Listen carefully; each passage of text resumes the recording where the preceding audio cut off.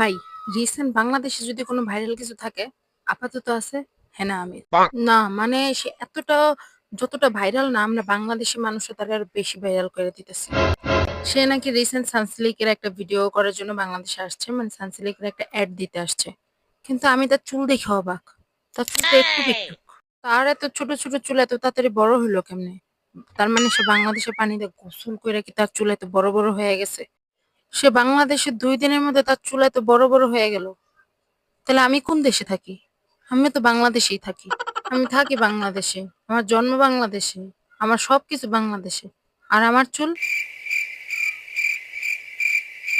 আর মায়ের পেট থেকে তো হয়েই আমি সানসিল্ক শ্যাম্পু দিয়েই গোসল করছি। এখনো আমি সানসিল্ক শ্যাম্পু দিয়েই গোসল করি। তাহলে আমার চুল? রিসেন্ট রাফসানদার ছোট ভাই একটা ভিডিও বানাইতেছে।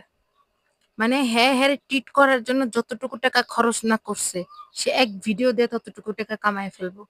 মানে কত ভিউ হইবে মানুষের ভিডিওটা দেখার লিগা অপেক্ষা করতেছে। আমিই তো অপেক্ষা কইরা আছি ভিডিওটা দেখার লিগা। মানে সে যতটুকুটা না পপুলার তারে আমরা ততটুকু পপুলার বানায় ফেলতেছি বাংলাদেশী মানুষেরা। যুদ্ধের সময় ৭১ যুদ্ধের সময় এত সেনাবাহিনী না পাঠাইয়া হেনা আমিরে গিফট করলে বাংলাদেশটা মনে হয় তা করে দিয়াই দিত। যা শুরু করছে বাংলাদেশ।